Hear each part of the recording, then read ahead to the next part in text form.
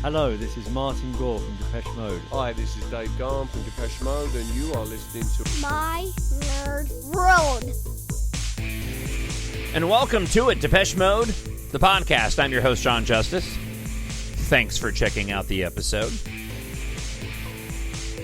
If you've been here before, I'm glad you're back. If this is your first time listening to the show, you can email me, TalkShowNerd@gmail.com, or leave a comment up on YouTube. We have some great listener feedback, comments, emails to share for the bulk of this week's show in the absence of any news out of the Depeche Mode camp. But I'm glad you're here either way. This is probably going to be a relatively short show this week. This has been a chaotic couple of weeks, but especially this past week.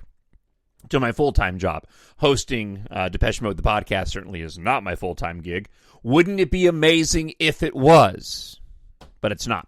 I'm a full-time radio talk show host, and currently in the middle of what is the nuttiest election cycle that I have ever been in the 20 years that I've been doing talk radio, and certainly the full 28 years that I've been in radio. So I wrapped up the show and the shows for this week. Did some national live appearances as well. I'm doing another one on Sunday. I had to travel 2 miles upstate last night to headline an event. I'm working off of very little sleep, but I wanted to make sure I put out a show this week either way. So if this is your first time visiting the show, I hope you'll check out previous episodes that provide a little bit more details and insight and news than what I'm going to share with you today.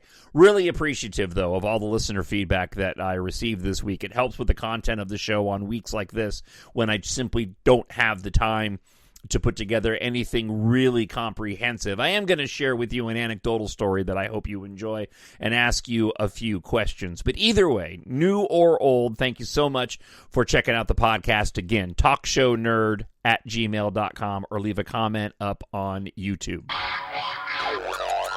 So before I get into your listener feedback, again, no news about the 4 unreleased tracks, although there's a comment that I received that has a really good idea of how we might get those tracks, and still waiting to find out whether or not we're going to get a live physical release of the Memento Mori tour.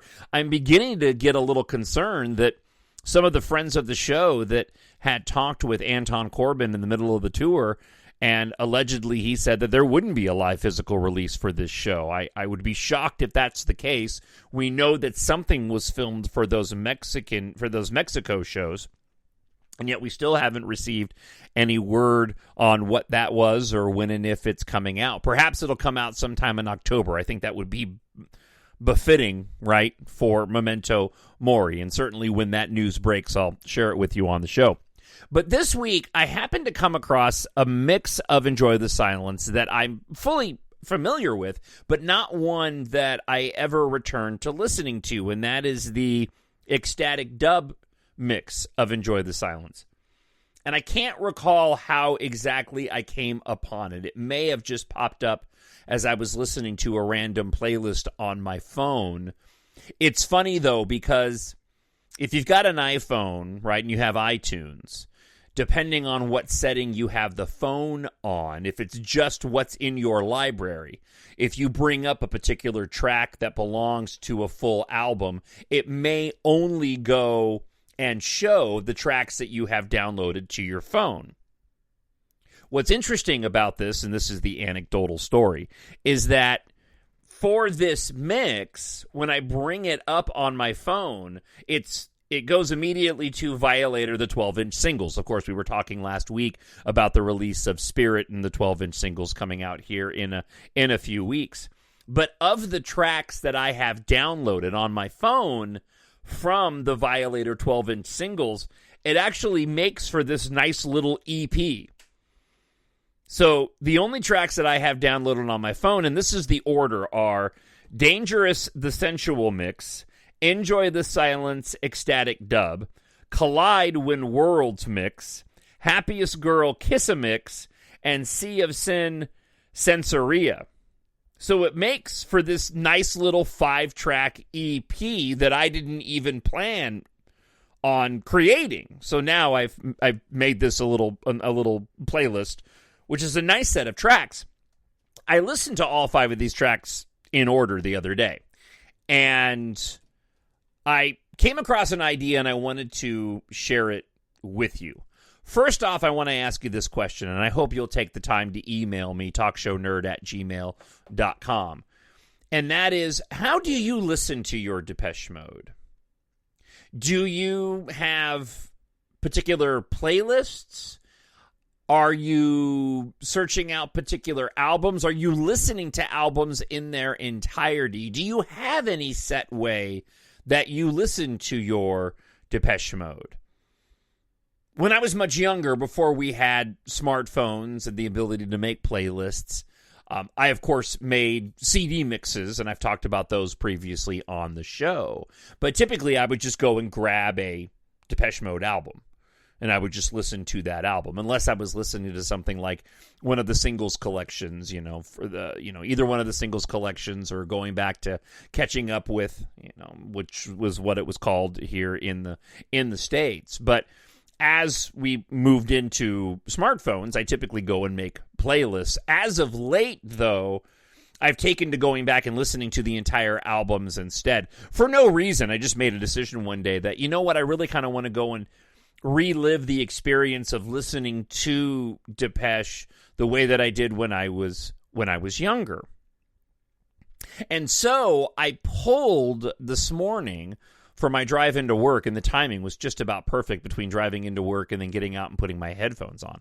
I went and grabbed my remastered version of Violator and just listened to it from top to bottom.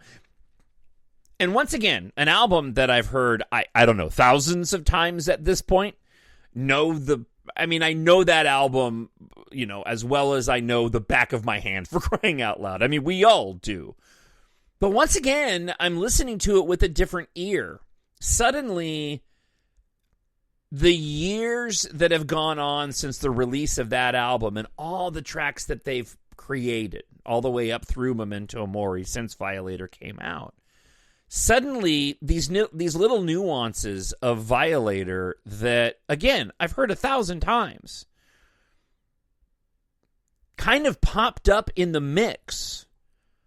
I mean, it certainly didn't change in the mix, right? I'm listening to the same album that I've always listened to. But the use of the guitars on that album, suddenly I began to notice more, even though I know of their existence. I've heard them 1,000 times. They're processed in such a way on Violator that I think they're less identifiable as a guitar. They kind of take on their own sort of vibe where you don't necessarily apply that immediately to a guitar. But suddenly the entire album just had this completely different vibe.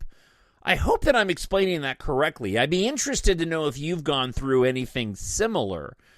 I was recalling the use of the guitar work as you move through the albums post Alan Wilder's departure, and the prominence and the use of guitar, which is a little more on the nose, overt, sometimes pedestrian on their albums, moving through from, Songs of Faith and Devotion, but more specifically past Ultra and Playing the Angel, Sound of the Universe, Delta Machine, and so on. I think earlier in their career, and certainly this time period, apart from Songs of Faith and Devotion, when the guitars became a little bit more front and center and obvious than the way that they were processed on Violator. But suddenly now I was realizing that there really was quite a bit of guitar work on that album, even though I knew there was all along. But suddenly I just had this completely different vibe. Nostalgia's there. The feeling of listening to this record and what the album means to me still exists in the moment as I'm listening to the song, but I'm recalling just other pieces of guitar work in more recent Depeche Mode songs, and I'm kind of interested to go and listen to those albums and see if perhaps I have a different feeling on some of them, especially tracks off of Delta Machine, where they really got into that blues style that it seemed to frustrate so many fans when that album came out. And, of course, the relief when we move past Spirit and get to Memento Mori and we're back to more of an electronic sound while still having some atmosphere that we hadn't really had in quite a long time, and something that certainly had been missing since Alan's departure. But then I had another idea as I go off on this tangent in this week's episode that I, again, expected to be short and is probably going to end up being the typical length anyways. I had a fantasy tour idea. Other bands have done this, where they've gone out, and I actually think Green Day is doing that right now, where they're actually going and playing entire albums. We've talked about this before on the show, but I wanted to take it a step further.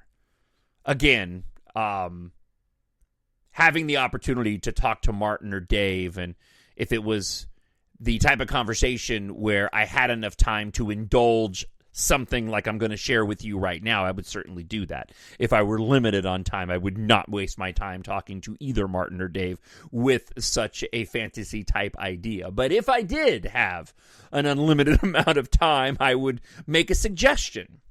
And that would be, why not go out and do World Violation again? I'm going to venture a guess that if I were to pose the question to you of which tour you like the most, or perhaps which tour do you wish you had a physical release that you could watch. Obviously, we have the ones that we have, but of the tours that we don't, which one would you most likely to have? Which tour would you like to have so you could watch over and over again? I know for me, it would be World Violation. I mean, next to the Songs of Faith and Devotion tour, the devotional tour, I think World Violation is probably their best tour. 101 and Music for the Masses was fantastic, but the World Violation tour, we began to see what we would end up seeing in terms of the progression of their stage presence, the performance, the visuals. It really all started to come together. It was almost as if Songs of Faith and Devotion and the devotional tour took it to the next level before they kind of pulled back and ended up creating a touring live experience that really was much closer to what World Violation was. But World Violation was kind of the first big move in that direction. Right? The singles tour kind of pared it down from what the devotional tour was. And even during the devotional tour, when you get into the exotic leg, they pulled back on much of what the set design was because of how complicated it was to set up and break down. And then when you move into the Exciter tour, I mean, we're really back into something that was more akin to what we saw on the World Violation tour. But my suggestion would be, go back out and recreate that experience, since we as fans don't have that tour to go and watch. We have some of the clips that have been posted, taken from the screen, from the cameras that were shooting the screen elements for the tour. We have snippets of that, but we don't have good quality versions of that tour in its entirety. Wouldn't it be amazing to go out and see Depeche Mode and a world violation tour, 2.0? And I'm talking down to the set design and the set list with some modifications. I was, fantasizing off of this, listening to my accidental, Violator EP of those mixes that I mentioned, and specifically listening to Collide When Worlds remix, and just visualizing the giant logo of the curtains there with the lights moving, and hearing the music as the intro before the curtains parted and the concert began. And how amazing would it be to see that recreated again? Maybe do some subtle differences, maybe change the font a little bit, but keep as best you can to the set design and do the exact same set list, but perhaps switch out a few of the songs that weren't Violator focused for some newer tracks here or there. I mean, when you go back and look at the actual set list, you can make some subtle changes here and there, and it wouldn't be that far of a cry from what we saw on the Memento Mori tour with some of the newer tracks. And that would be utterly amazing. I can't ever see the band doing that. But for me as a fan, that would be absolutely incredible to see basically a recreation of the World Violation tour. Again, using the same mixes and the majority of the same set list of what they had done before. So I'd be interested to know, what's your fantasy tour idea? Or which tour do you wish you could get, your hands on in terms of a physical copy, going back to, Black Celebration and the tours prior that we didn't have. I'd love to hear your thoughts, and whether or not you think my World Violation fantasy tour idea is completely insane or not. Again, there's other bands that are out there doing it. The band has done a singles tour before. I just think it would be incredible if they recreated World Violation for all the fans that saw the tour and for those that didn't ever get a chance to. And what a way, if they were to say wrap it up, if this were to be the end of the final tour, what a way to go and wrap up their career by going back to the album that really cemented them in the cultural zeitgeist. A World Violation Fantasy Tour 2.0. So, again, am I nuts? Am I tired because I've been talking about news all week long? I won't be offended either way. Let me know. TalkShowNerd@gmail.com, or leave a comment up on YouTube. All right, let's get to your comments this week. And again, thank you so much for sending me the emails. First, we hear from Unreleased Tracks Bank, who writes, my personal favorites off of Spirit, going off of last week's episode, are So Much Love, Poor Man, No More, This Is the Last Time, You Move, Scum, Going Backwards, and The Worst Crime. I also think the Memento Mori 12-inch singles are going to get the 4 unreleased tracks. And that is a really good thought. That makes all the sense in the world. Now, I don't know how long it'll be until we get the Memento Mori 12-inch singles. Those that track such things, perhaps you could let me know if there's any sort of consistency to the releases of the 12-inch singles. But we are on the last one for Memento Mori, and it would make all the sense in the world that we would end up getting those 4 unreleased tracks with that, if they're not doing something more special with them. If we did get those 4 unreleased tracks attached to the Memento Mori 12-inch singles, I'd be a little bit concerned that, perhaps we are closer to the end than what most of us hope, and that is that we get some more Depeche Mode music. But thank you so much for the suggestion. That's a really great idea. All right, let's hear from a friend of the show, Jason, who writes this. I'm going to give you my thoughts on the last few podcasts and say something I've been wanting to say for the last few weeks. I really like Spirit. It's one of my favorite albums. When not listening to Memento Mori, I tend to default to this album if I want to listen to a DM album. I know a lot of fans think it's perhaps too political and in your face with social commentary, but was in construction time again. And I completely agree. And that was an observation that I made going all the way back to when it originally came out, when I had a much higher opinion on that album. But I've kind of come around on it. The Worst Crime, it's so funny to me just how some tracks, how just your perception of them change. And I know I went on my little tangent regarding Violator, but it's true. The Worst Crime was a song that I was skipping when I first got that album, and there was just one day when suddenly that track just hit for me. And that, to me, that is a non-skippable one now. As is No More, This Is the Last Time. But let me get back to Jason's comments. To me, and here's where this will more than likely be an unpopular DM opinion, it reminds me of Violator. It's funny, Jason, I said something very similar when the album initially came out. Now, before the listeners start shouting obscenities at their listening devices and turn up outside my house with pitchforks and flaming torches, let me qualify that statement. I tend to hear music and get a sense of shapes and texture, and to me, the aesthetic is very similar, warm and round, with a few exceptions, has the same groove, energy, and vibe as Violator. I will say that, again, having just listened to Violator and been spending some time lately with Spirit, I can see where he's coming from, especially going back and relating to what I was mentioning regarding the guitar work on Violator, where it's mixed in such a way it doesn't hit you on the nose as being a guitar, even though it's clearly a guitar. You get similar vibes when it comes to Spirit. Eternal could do with being dropped, I tend to agree. Although I do appreciate Martin's sentiment behind the song, and has replaced Peace as my least favorite DM song. Interesting.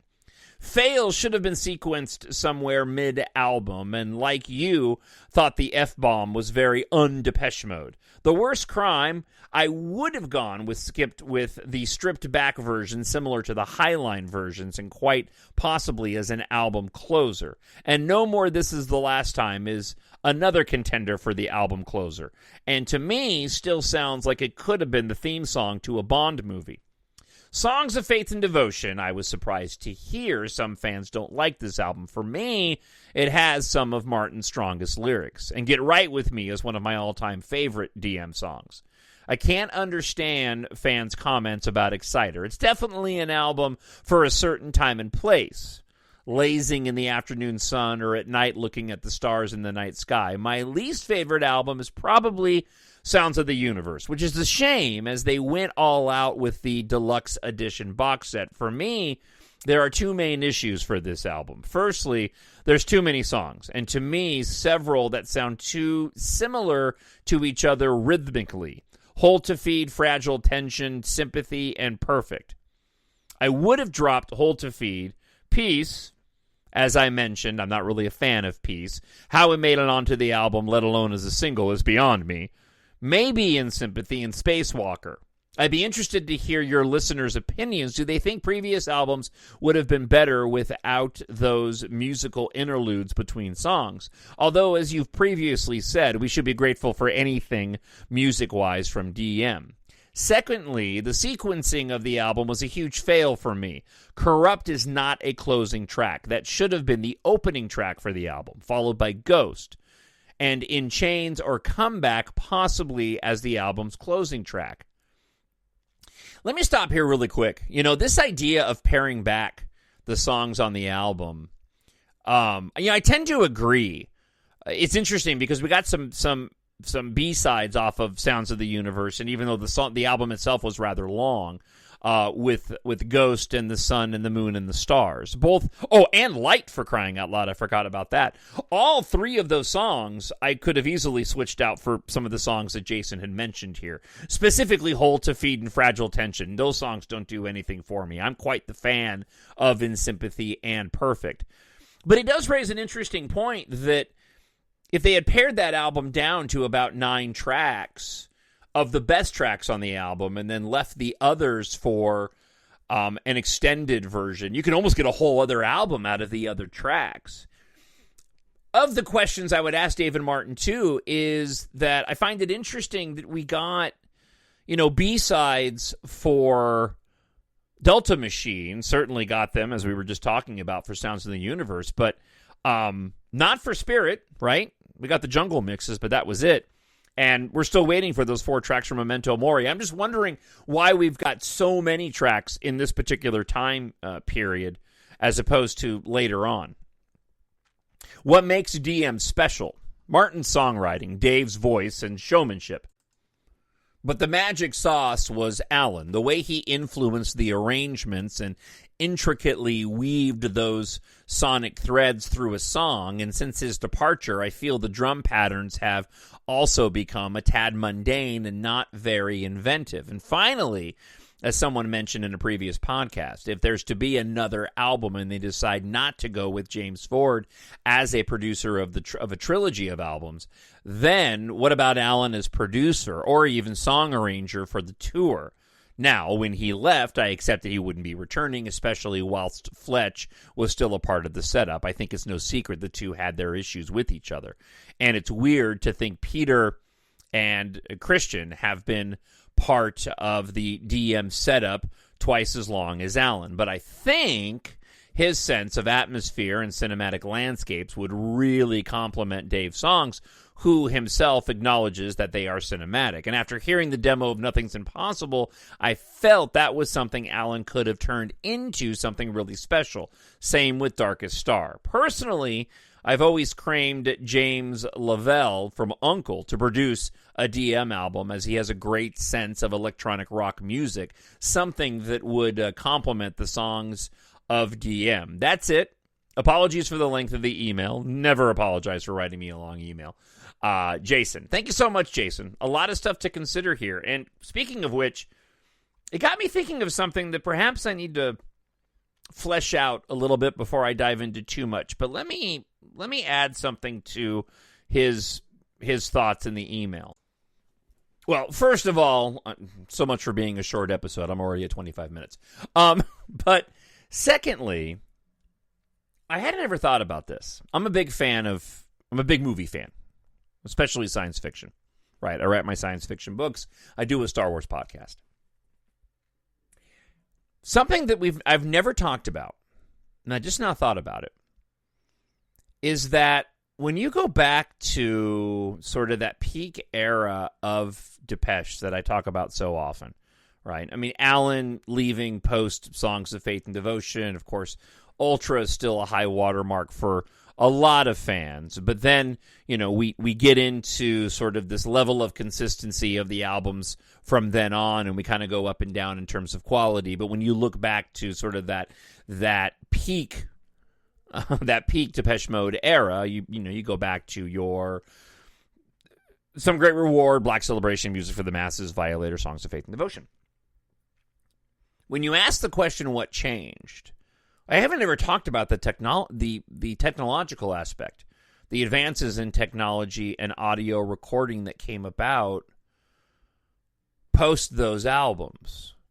I mean, you're still in a very analog place when they're recording Violator and Songs of Faith and Devotion, even though we're talking about a band that's electronic music based. And I wonder how much the quality of the music changed with the addition of digital technology, what you're able to do now in terms of editing, and if that had a dramatic impact on how the songs ended up sounding. I mean, maybe that's part of the reason why we ended up getting so many tracks, for example, on Sounds of the Universe, simply because you have a streamlined process of creating this music in an easier way. It affords the opportunity to experiment a little more. Now, I say that knowing full well that the band used a lot of old technology, especially for Sounds of the Universe, with all the MIDI and all the hundreds of keyboards that Martin apparently has, and almost to a certain extent, maybe the album's detriment when you have so many available options. You end up, trying a lot of different things, and it doesn't sound as cohesive as when you go back and listen to Violator, for example. But I hadn't really thought much about that, and if you had any further thoughts, I'd love to hear from you. If perhaps you think that the advancements in technology relating to music creation had an impact positively or negatively on the band.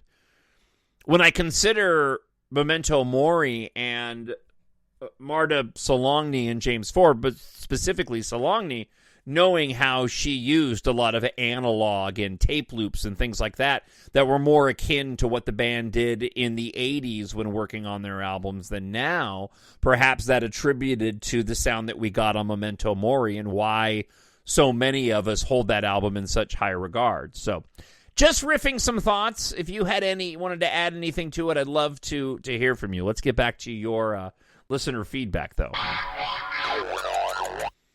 Ot Chi writes, inflation, cost of living, is justified for selling something that one never uses in the digital music era, talking about Alan Wilder selling off his music collection.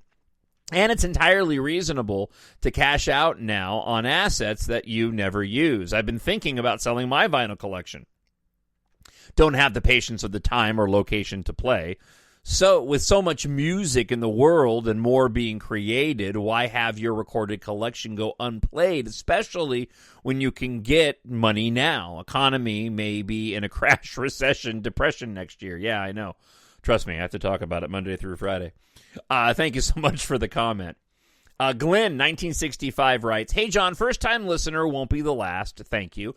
DM fans have very passionate opinions. I get, even if I don't agree, where some are coming from. I'm not keen on many remixes or backing singers and did not like Sleazy Dave either. What I love is that DM is never boring and they always try new things. Sometimes they work, sometimes not, but on occasion, ultimate magic is the result." Thank you, Glenn, and thank you so much for finding the show and listening to the show, and I hope you do keep listening. Let's see. Lloyd Allen, 7741, writes, "Going backwards, Cover Me are absolute classics. Sweet, simple, to the point." Social ORG says, "I had to listen to Spirit for the first time in years, and I have to say, it's grown on me." Thank you. John J. 28. Jon Justice, John. "Good afternoon, John. I must say this album is one I do not go back to often. I love going backwards and enjoy Where's the Revolution, Cover Me, and So Much Love. Outside of those four, I struggle with the others quite a bit. Memento Mori for me was a huge step forward with many more accessible tracks. I find myself personally listening to a lot of Black Celebration lately. For an album that the record label felt had no singles, the instrumentation and songs on Black Celebration are phenomenal to me. I completely agree, John. My fandom started with Some Great Reward in 1985, and my DM favorites tend to change depending on my mood. Yep, you and me as well. I feel their peak was Some Great Reward through Ultra, and I feel all of those albums are great. Memento Mori would fall just under those, along with Playing the Angel. For me, Spirit would probably be near the bottom. Hope you're having a great summer. Take care. I am. Thank you so much, John. I appreciate it. All right, and now we get to... Oh, no, I've got a couple more here. Let's hear from Steve Lank, who says this. I'm from North... I'm going to get this right. Northumberland in the UK, and I recently found your excellent DM podcast. If I got that wrong pronunciation, Steve Lank, I apologize. I went back a year and listened to them in date order and have just caught up today. I first heard Depeche Mode back in 1983 when I heard Get the Balance Right and Everything Counts. It sounded amazing and completely different to anything else that was around me. Needless to say, I've been a fan ever since, and like you and others have said, they're the soundtrack to my life. I managed to catch them at Twickenham and Manchester on their last tour. You mentioned a few podcasts ago about Barrel of a Gun performed live on Top of the Pops. Indeed, it was Anton Corbijn on the drums and Tim Simonon on the keyboards. It is on YouTube, and it's really worth a watch. It's funny. I just watched it the other day. You know, our phones are listening to us all the time. This stuff doesn't happen by happenchance. Happenstance? I'm tired, guys. And I have to go mow the lawn after this. Got to figure out which Depeche Mode album I want to listen to while I'm mowing. I actually went, and it's funny, when I watched the clip, I do recall having seen it before. It's just bizarre to see Anton Corbijn on the drums. On a side note, I was working and living in Madrid from 2020 to 2023 and found the villa that Depeche Mode rented when they were recording Songs of Faith Devotion in 92. It was less than a mile from where I lived. Hopefully the people living there now don't mind me taking photos. That would be awesome to see. He actually sent me the link on Google Maps where you can go and check it out and the address. So I guess if I'm ever in Madrid, I can go check it out for myself. Keep up the great podcast, John. Your friend of the show, Steve. Thank you so much, Steve. That's awesome. And I am going to save that address. That's pretty great. All right. Let's hear from Dave Hudson, friend of the show. Thanks for reading my comments on the Depeche Mode podcast. I think I discovered the band at my neighbor's home when People Are People's video was playing on MTV, and I thought, how do they make those sounds? When I chime in, I never expect the comments to be read, and often second-guess commenting at all, thinking that nobody, perhaps myself, really cares about my opinions on anything. Anyway, I really enjoy and appreciate the show. Listen weekly, and I hope you will continue. On a side note, he actually sent a sample of some of his music, and it's just fantastic.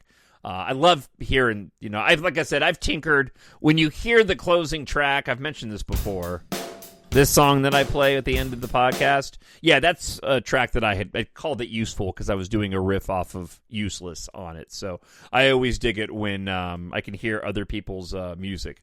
And I appreciated what he sent in.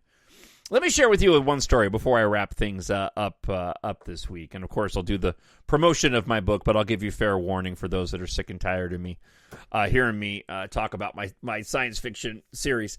So when I found Depeche Mode, and I've talked about this a bunch, I think I'd heard Just Can't Get Enough and People Are People prior. I'm sure I had. But it was really Shake the Disease that cemented my love of the band, that really, was the song that caught my ear and that set me on the path of my lifelong love affair with this band. During that time, I started racing BMX bikes and raced for a number of years, from those ages. I think I started when I was like 14 years old. So you would have been right.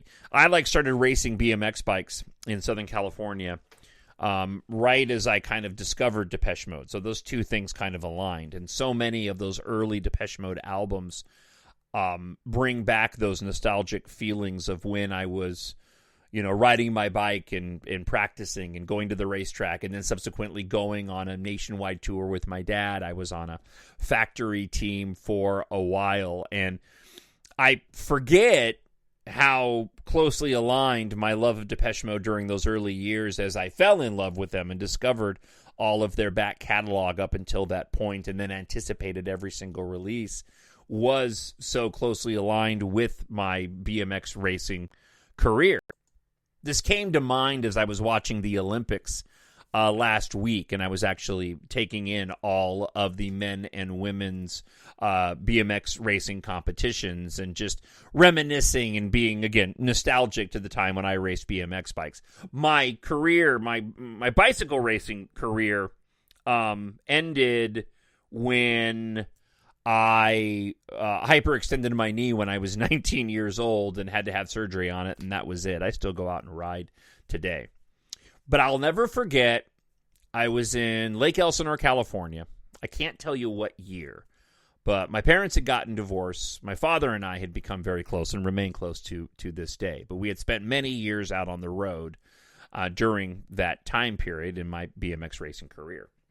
He was way into jazz, and I was way into Depeche Mode and other, popular music in that time period, and really started leaning into more alternative rock as I got a little bit older. But Depeche Mode was my first foray into that. I think prior to that, I was just listening to your standard sort of, again, your standard pop on the radio.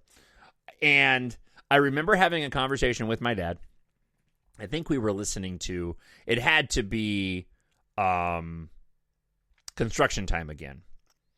And I think it was specifically Everything Counts. And I'll never forget making a comment to my father. And it was such a me talking out of my butt comment at the time. But, he'd been listening because we would trade off listening to the music. And the story's getting way longer than I thought. He would play his jazz album. I would play an album. And typically it was something Depeche Mode related. And so he became very familiar with them. And I said to him, you know why I like Depeche Mode, Dad? I like them because they use all the instruments. They use everything, which is totally not true. But I was basing that just off of what you hear in Everything Counts, and the video where he's playing the goofy, plastic flute thing or whatever it's called. And I remember I was trying to impress my dad, who was all into jazz, which I absolutely hated. Although some of the stuff I dug. Diodato, for anybody who's familiar with that. I enjoyed Manhattan Transfer, David Sanborn. Anyways, that's a story I never shared on the show before, and it's at the end of the podcast. And this ended up being another 40-minute podcast. Who knew? Never a dull moment, right? Thank you so much for checking out the show.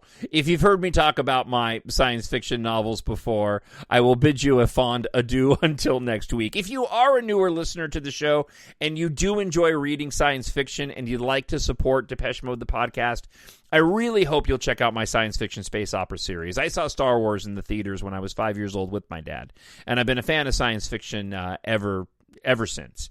My loves in life, apart from my family, my God, my wife, right? It's Depeche Mode, it's Star Wars, and it's NASCAR. And Depeche Mode and Star Wars kind of come hand in hand because I discovered them, within a matter of a few years of each other.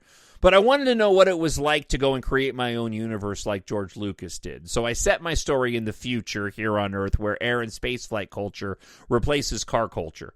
It is inspired in large part by Depeche Mode, life in the so-called space age, the world we live in, and life in general.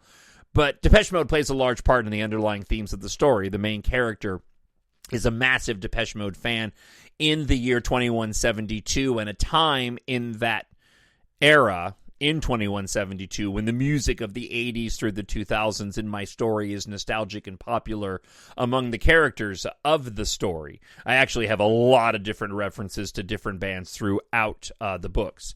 They do feature a lot of references, both direct and indirect, to Depeche Mode, while, more importantly, telling an exciting space opera saga.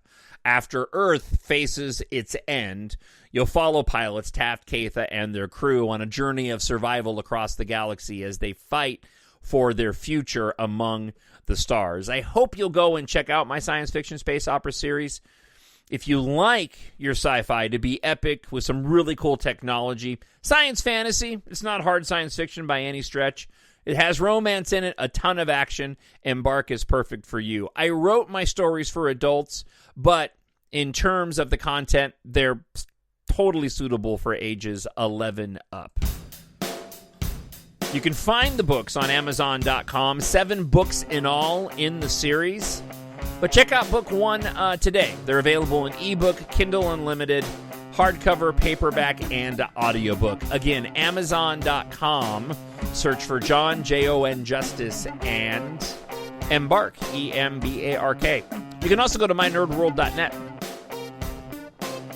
I'm never going to say this is going to be a short episode ever again.